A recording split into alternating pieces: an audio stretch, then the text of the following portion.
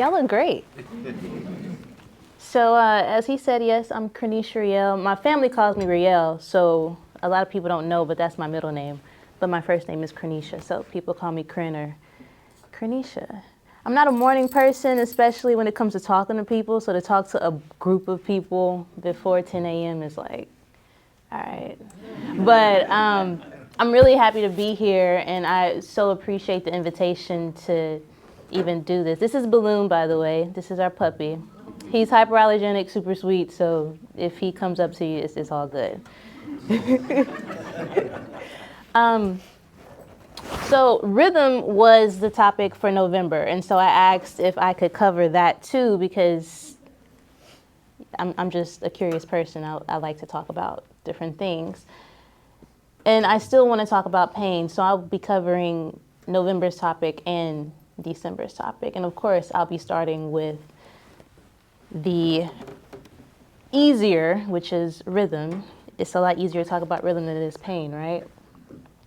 I'm approaching this more so as a thought session, because when I got the call, I was literally just sitting on my couch, drinking tea, reading an art book, Renoir, and then I got the call. He was like, hey, you want to talk about rhythm and pain? I was like, those are two very different topics, but yeah, I'm down. And I just started jotting down ideas. So that's what this is going to be, just mostly me sharing all the things in my head. And this is a piece by my husband, by the way, that's above the couch that I was sitting on, so I just thought I should share that too. My notebook. So, rhythm. First thought, immediately, music, of course. Are there any musicians in the room? Nice. Not as much as I would expect in a room of creatives, but that's cool. I'm a musician, but I learned through first playing by ear, and then I went to CCA where I learned how to read music. So for those of us who know how to read music, this probably looks very familiar. This is a time signature. And a time signature is at the beginning of every music, really. It tells you what key you're in, and it tells you the rhythm of the piece. So I want to do a little exercise to get our body moving. Can I get a 4 count? 3, 4, yeah. 1, 2, don't speed it up, don't speed it up. 1, 2, 3, 4. 1, okay, we're gonna do a 2 count. So 1, 2, 1, 2. That's a 2-4. Now we're gonna switch it up. We're gonna do a 3-4. All right.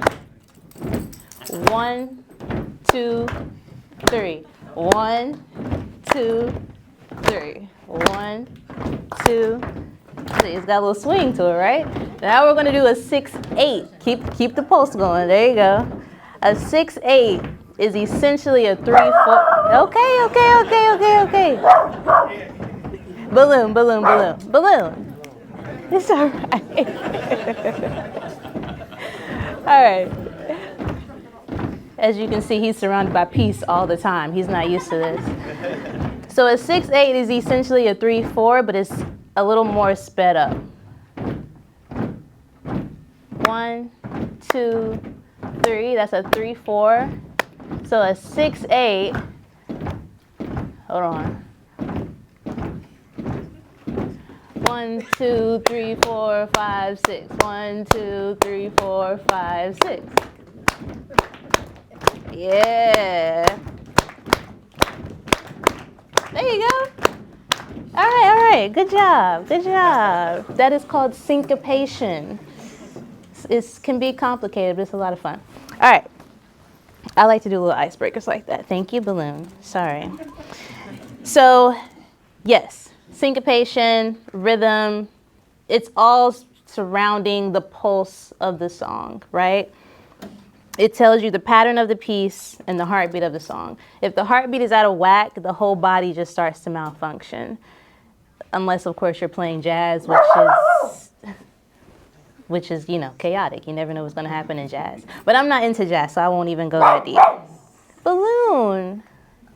He's usually very chill. This is different. Come here, man. Come here. Okay, sit. Relax.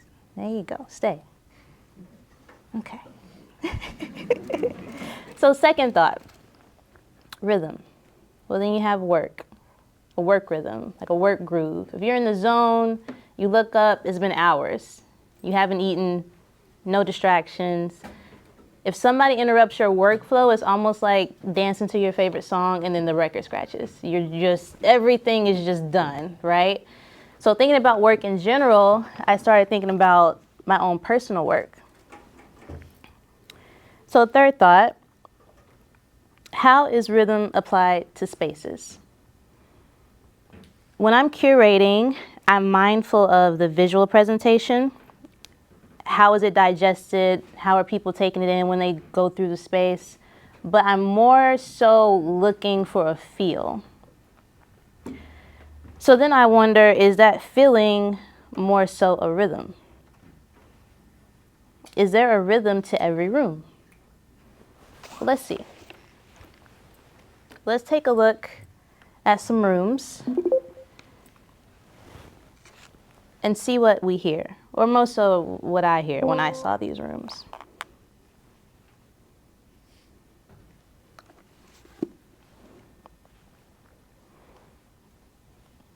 I'll be able to see if you all agree with me or not based on your reaction.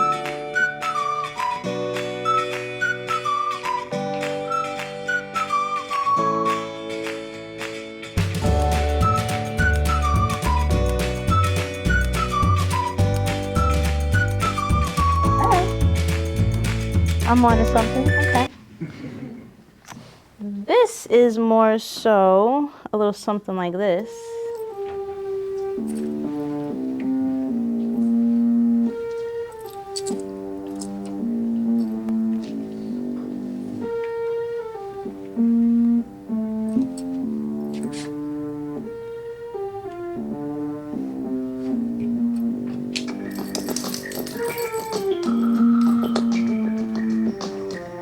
That's Radiohead if you're not familiar with Tom York. This is more so this vibe.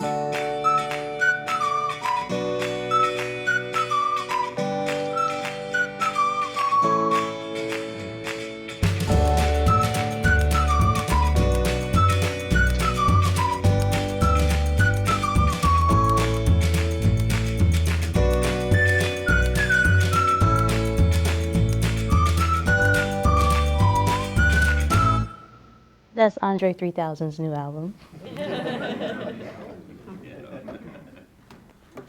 Alright, this.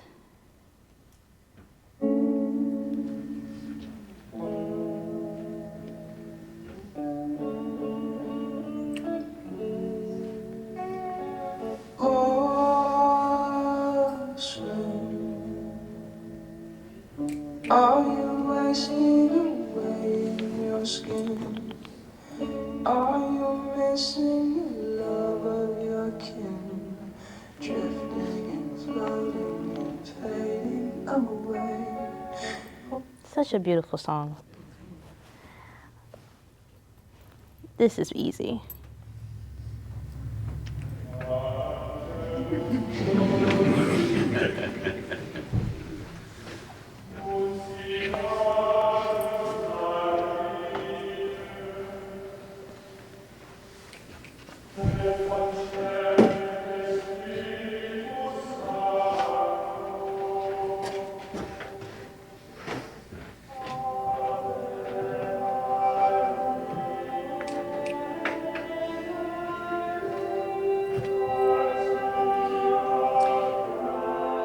It could go in another direction.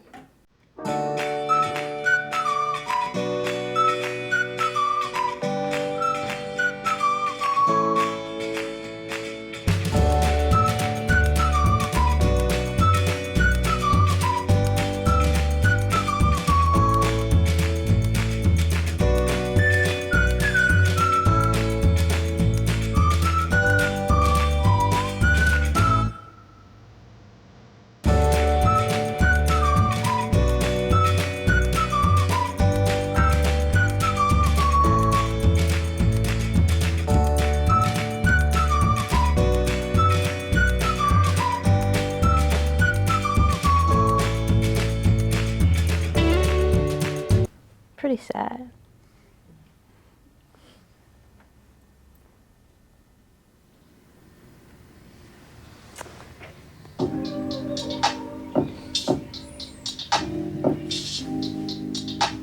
A little R&B vibe.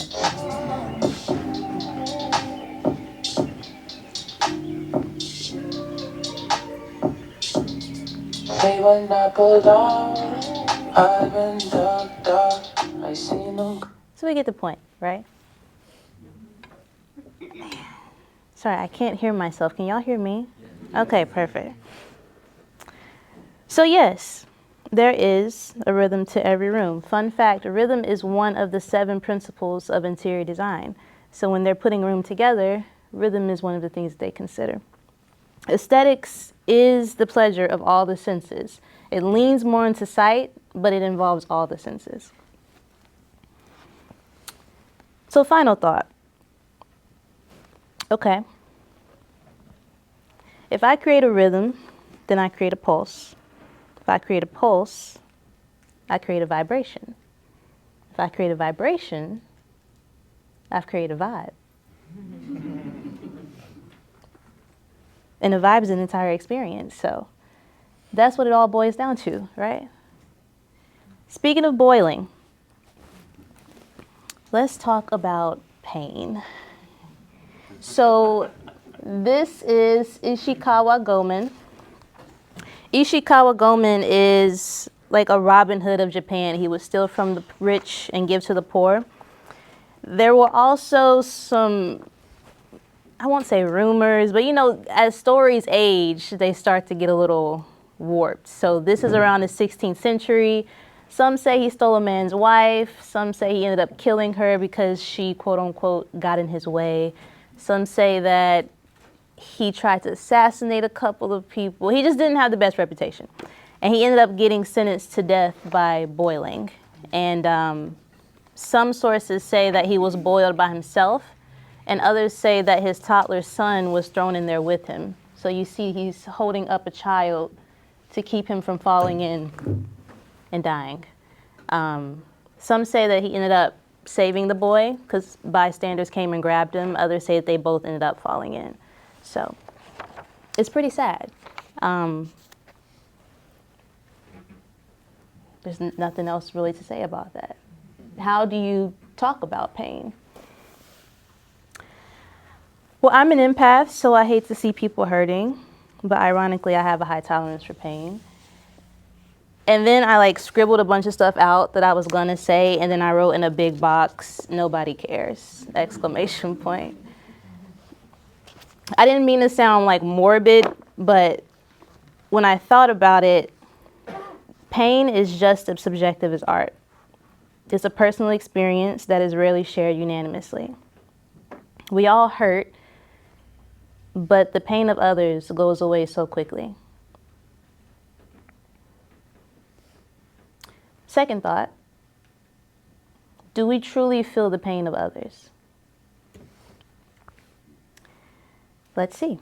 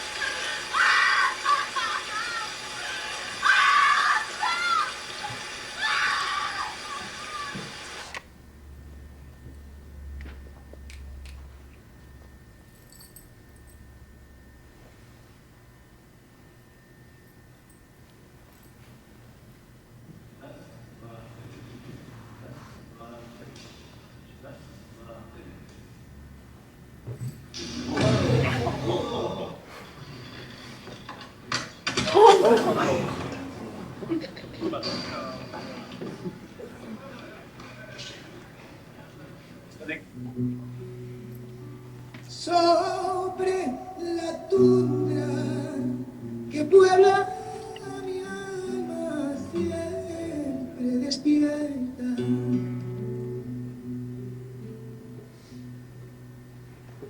Se oye un lamento como preludio de las horas muertas,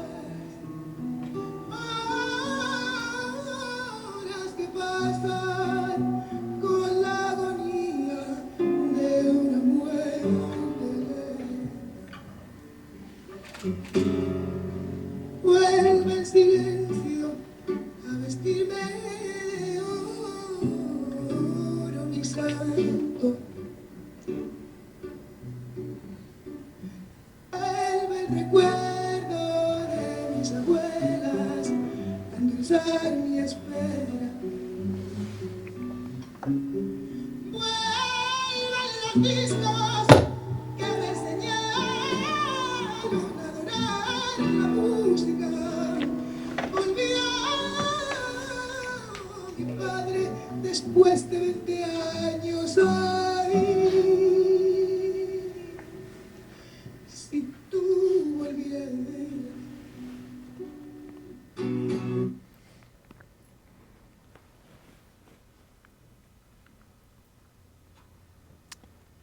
Did we feel it?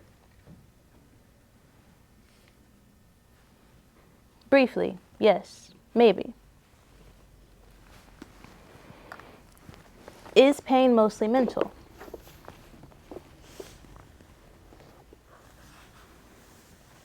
Once you're past the acknowledgement of physical discomfort, is it then about one's mental strength? Ishikawa thought about his son more than his own flesh boiling. Mothers think about their babies more than the actual labor. Cody mentioned working out. People who work out are ripping and hurting their muscles and reshaping them over and over again. Eventually, it doesn't even hurt anymore. We just saw people in pain, but yet we're back to our reality. Third thought. Pain is temporary. Yes, but trauma can linger. In today's society, it feels like sometimes we're supposed to hold on to the trauma. Everybody's hurting, trigger warning. It's just kind of everywhere, right?